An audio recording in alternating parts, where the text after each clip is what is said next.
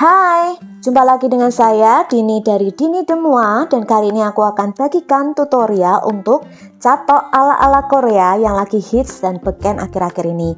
Kalian kalau mau belajar salon dan make up bisa cek Instagramku di Dini Makeup Academy. Untuk awal kita akan pakaikan pelindung rambut terlebih dahulu. Ini aku pakai mereknya Matrix, tapi teman-teman boleh pakai merek lainnya yang bebas. Ini fungsinya untuk melindungi rambut kita sebelum terkena catok yang panas seperti itu ya. Sebelum kita catok, sebaiknya rambut disisir terlebih dahulu supaya rapi, dan kemudian kita parting dan kita bikin per section seperti ini. Saya menggunakan catok dari Babyliss PRO yang ukuran 24 mm. Selamat menyaksikan dan selamat mencoba.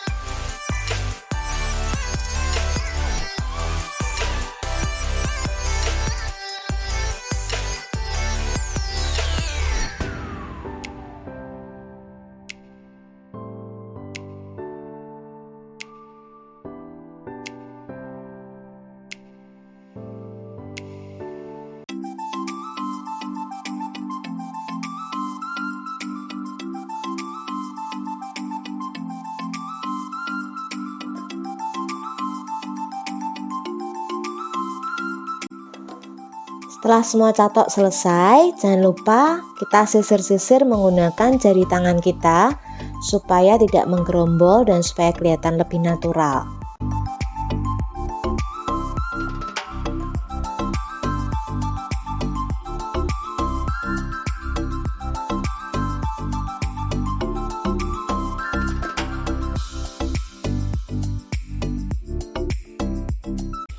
Ini dia hasilnya, catok curly ala-ala Korea yang hasilnya natural. Dan kalau teman-teman suka, jangan lupa dong teman-teman bantu saya like, subscribe, dan juga boleh komen ataupun share ke teman-teman kalian supaya aku lebih semangat lagi bikin konten. Thank you semua, bye-bye.